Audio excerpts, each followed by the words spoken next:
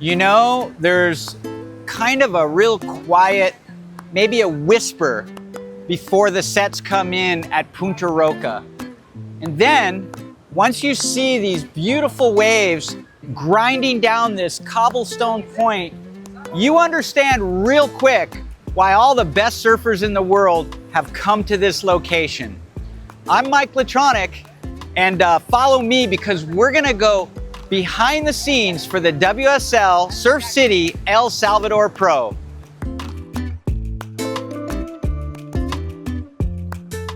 Most surfers arriving in El Salvador this week have been coming here for years.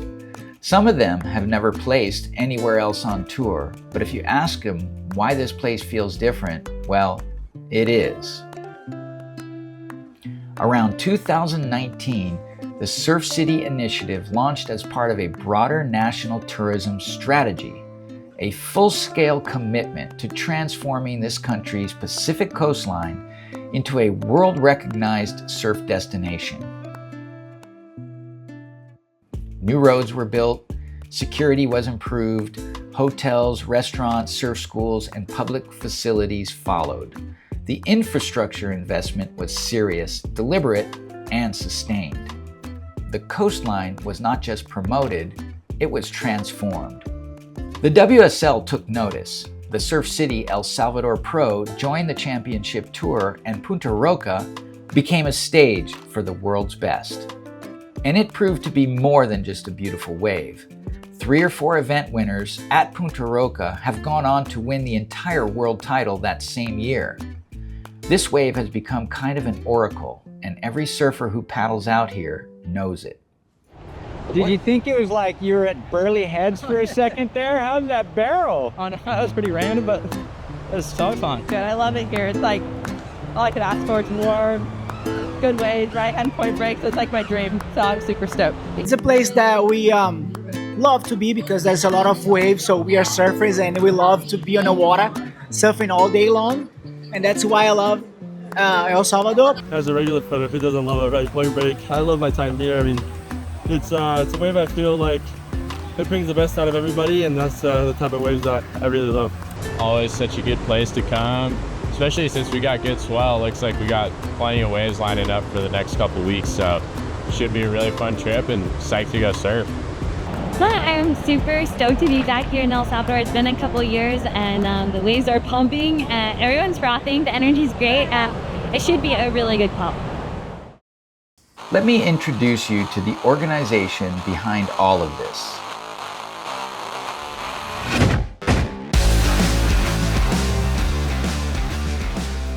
Understanding who these men and women are and what it took for them to get here changes the way you watch everything that's about to happen.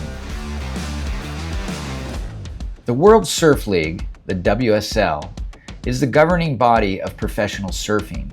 It has existed in one form or another for nearly 50 years. And in those 50 years, it has grown from a grassroots competition held on the beaches with no grandstands and no prize money worth speaking of, to a global operation that visits 12 countries, broadcasts to millions of viewers, and crowns the most technically demanding champions in action sports today. The top tier is called the Championship Tour, and getting onto this is one of the hardest achievements in professional sports, any sport. Here's what it actually takes. You start at the bottom, the qualifying series. This is where thousands of surfers from every corner of the world compete in their regional events just to move up a level. From there, only the best advance to the Challenger Series. This is Tier 2. And this is where 80 men and 48 women battle for just 10 men's slots and 7 women's spots on the championship tour. The surfers you're watching this week, the 36 men and 24 women competing at Punteroka, represent the absolute pinnacle of the sport practiced by tens of millions of people around the globe. They come from Brazil, Hawaii, Australia, South Africa, California, France, Portugal, Japan, and more. What they do have in common is this: Every single one of them clawed their way through years of competition, travel, heartbreak, and relentless grind to earn the right to be here. In 2026, the WSL marks its 50th year of professional surfing. This is not a milestone that comes quietly. The organization has recently restructured the entire season to honor it.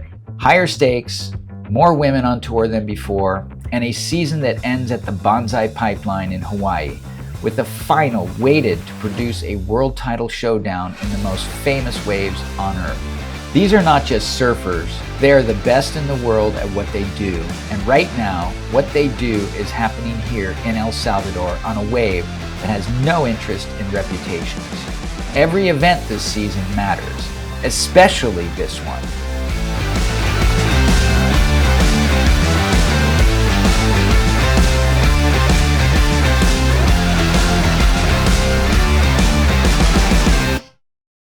These guys are doing the best surfing under pressure, with a clock, being judged. It's not like behind the scenes trying an air 30 times in a wave pool to get one clip on Instagram. This is the real deal. Having a format where people are actually pushed into that framework.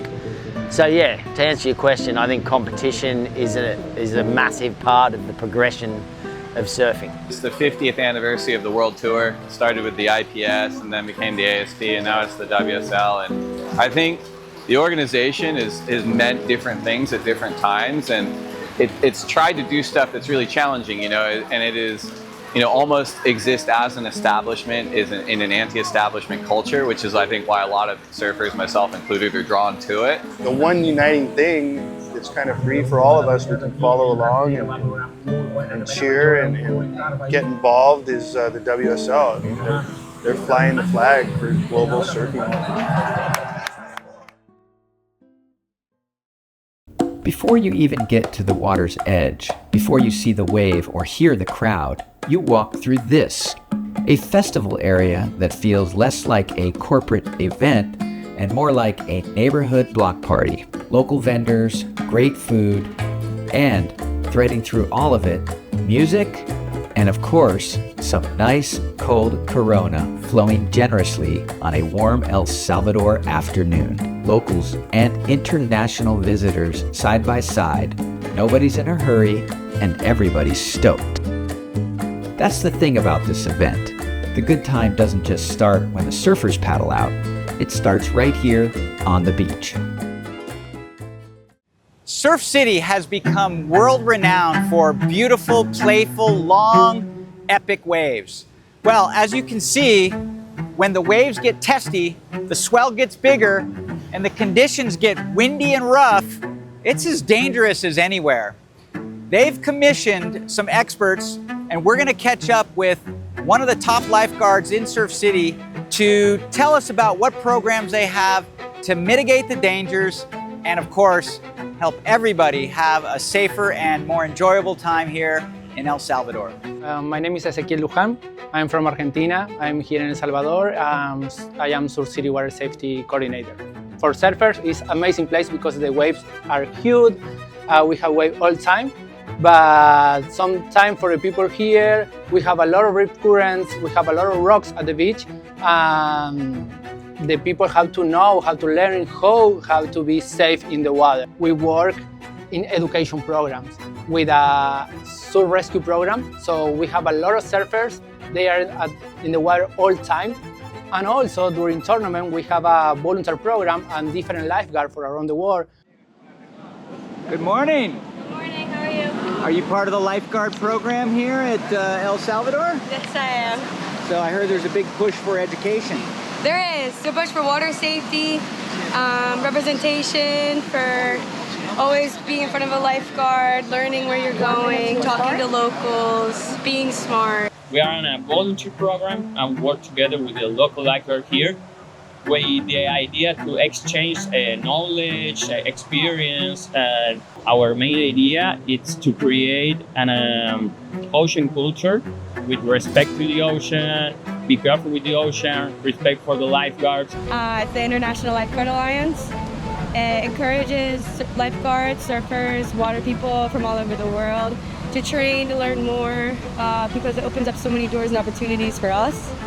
And it's a growing profession. We are passionate about educating water safety. Be safe, always in the ocean, stay educated, and if you have the possibility to take swimming classes, surfing classes, everything that helps you to stay safe in the ocean, just do it. Any surfer that's ever dealt with getting in and out of the water on these rocks knows this is no easy task. In fact, one of the most dangerous things you'll ever do in El Salvador in your surfing experience is getting in and out of the water. Uh-oh! Especially watch out for the slippery ones. For professional lifeguard, for sure they know how is the place. Like, okay, for example, here in Punteroka, you have a Mama Roca, it's a specific rock there. Sometimes it's there, it's dangerous because if you don't know if there, probably you have an accident. But for sure the professionals, they know. But accident is an accident, all time happen. Mama Roca always hungry, so sometimes you need to pay the price. I paid one time with my head. I was in the barrel, and then the barrel closed out, and then we went straight to the rock. Have 8 stitches right here. So I'll pay the price, and now I'm good friend with her. I think the thing about the championship tour is that if you watch it online or even you watch it in person, you seeing what these surfers are able to do. They seem like they're superhuman. But every now and then they get brought down to kind of human level as well, and kind of watching the world's best surfers having to navigate these really slippery rocks at Punteroka like any other surfer on the planet would have to do is it's kind of heartwarming in a way because it does prove that they're human, which to me makes the superhuman stuff they do in the water even more important. You know, they're surfers just like you and I, but then they go out there and do stuff that is otherworldly. But yeah, the rocks are a real deal here in Punteroka. That's great.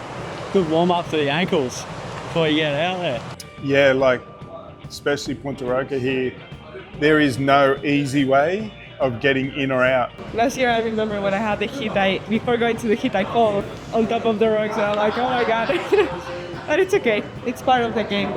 Huge round rocks, slippery, they also move, and I mean, you gotta go really careful. Yeah, that's about right, it's kind of float over them, occasionally you bump on and get a cut, but waves make up for it, so it's worth it.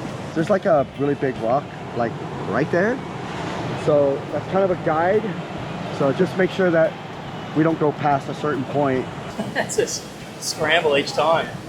Going out and then coming in. I think going out, you're just trying not to fall over, and then coming in, you're just trying not to have a wave come up behind you and knock you over.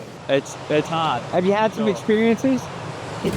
Oh, I've been pretty lucky the last few times. I've been surfing on like a bit of a high-ish tide, so I don't have to go too far, but looking pretty low right now, so it's going to take my time. At least it's not hot. At least the sun's kind of covered and the rocks aren't too hot, so I don't have to rush out.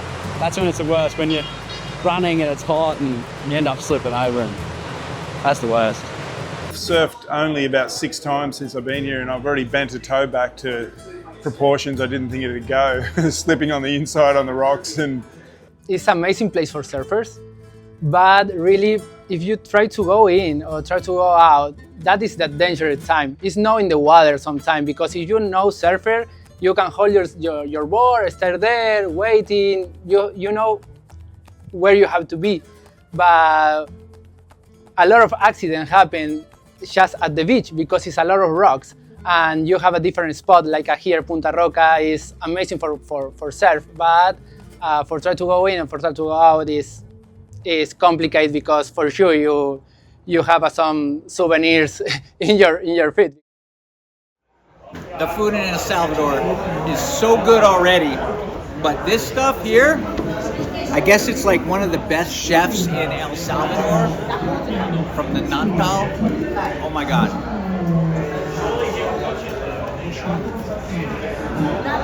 I can't even explain that.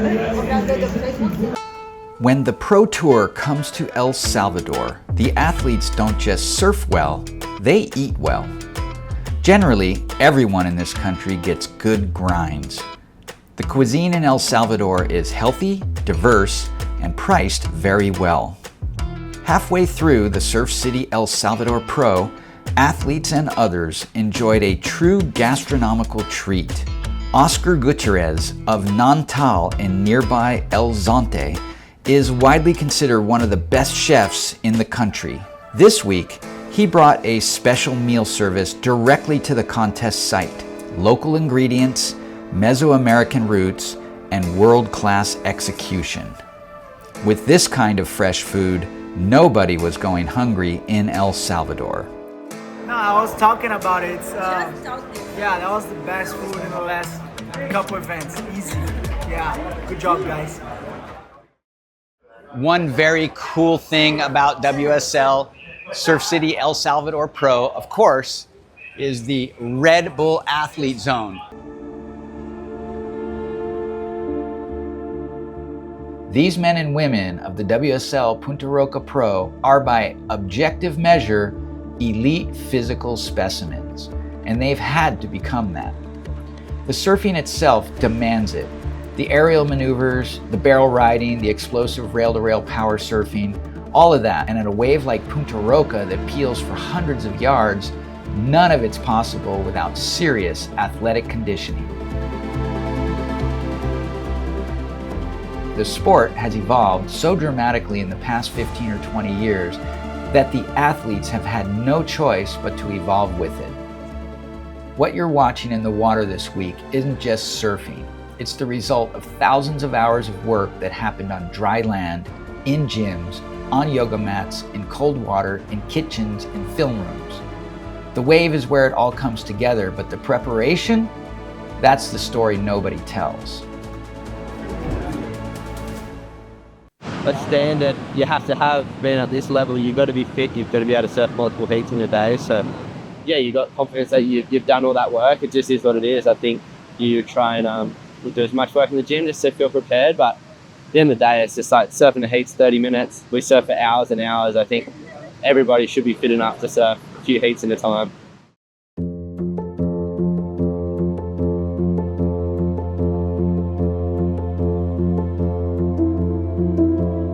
There's something different about the energy at this stop on the tour, and the surfers, they feel it. El Salvador has been on a remarkable journey. Not long ago, this country carried one of the highest crime rates in the world. Today, it holds one of the lowest, and the transformation has been felt by everyone who lives here and everyone who visits. The smiles you see on the street aren't just Salvadoran hospitality. There's that. But they're also the smiles of a people who have been liberated. The people are amazing. They're so warm and like happy, and I feel very welcome here, and I feel like they just treat you like you're so welcome anywhere, and they're all nice and smile on their face, and it's just really nice to see like different culture but like loving and warm people. I've been coming here for a long time for the ISAs. Maybe it's my 7th or 8th time. Yeah, I love it here. I have a lot of friends here, so it's like a comfort place to come. First things first, I was just blown away at how easy it was to get here from Southern California. It's like a quick overnight flight. Everyone here has been so great. The country's beautiful. There are more waves here than I think any place I've been on earth. There's wave every single beach, every single corner. There's so much swell. I love El Salvador. You come here and you know you're gonna be surfed out in the end of the trip. So every time I come here, I'm definitely looking forward to some performance surfing, some good food, and really good vibes. The surf is world class, the food exceptional. The prices are good and the population is generally happy. And with a country that feels genuinely open, safe, and alive, the WSL athletes aren't just competing here, they're lingering, exploring. They're coming back on their time off and telling their friends. I think everyone loves El Salvador. I mean, it's beautiful. There's an abundance of waves, a lot of right-hand point breaks, but there's just waves everywhere. I think that's what makes this place so awesome. Is it's not just Punteroka. We're surrounded by waves, and You know, the water's warm. Yeah, it's a little hot, but you know, you just got to adjust and take that all in. For me, this is one of my, if not my most favorite stop on tour, because we get to surf so much. El Salvador isn't just a stop on the tour anymore, it might just be the favorite. We're worshiping the sun and the ocean here because the ocean's always powerful, the sun's always powerful. This is like one of the most rippable waves I've ever surfed too. It's like the perfect pace. I feel like it's like lower is right, but a little quicker. And with more push down the line, so you can kind of like just catch a wave and do whatever you want on it, which is kind of a surfer's dream. So it's fun. When the best surfers in the world can't wait to come back, that says everything you need to know about El Salvador. They call it the Dream Tour for good reason, and these lucky athletes have the whole world to choose from. But more and more, they keep choosing El Salvador. The coast, the food, the people, the energy of a country reborn and rediscovered, and welcoming everyone along for the ride.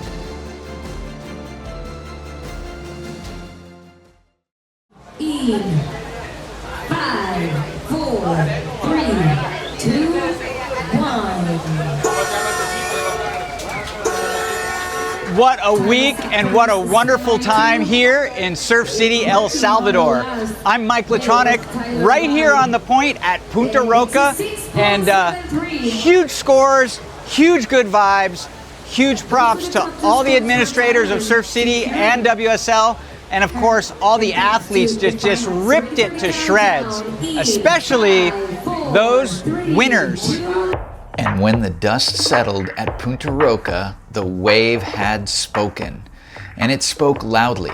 On the men's side, Italy's Leo Fioravante delivered a complete and dominant performance from day one to claim his first ever CT victory, a monumental moment for one of surfing's most beloved characters, and a win that had the entire contest site on its feet.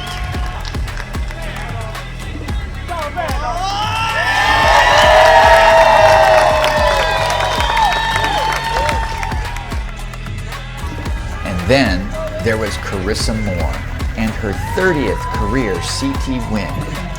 A 5-time world champion and Olympic gold medalist who stepped away from this tour to become a mother and came back to remind everyone exactly who she is.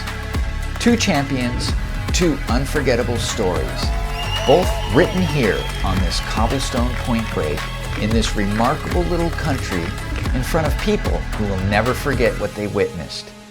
That's the Surf City El Salvador Pro. And that is a wrap.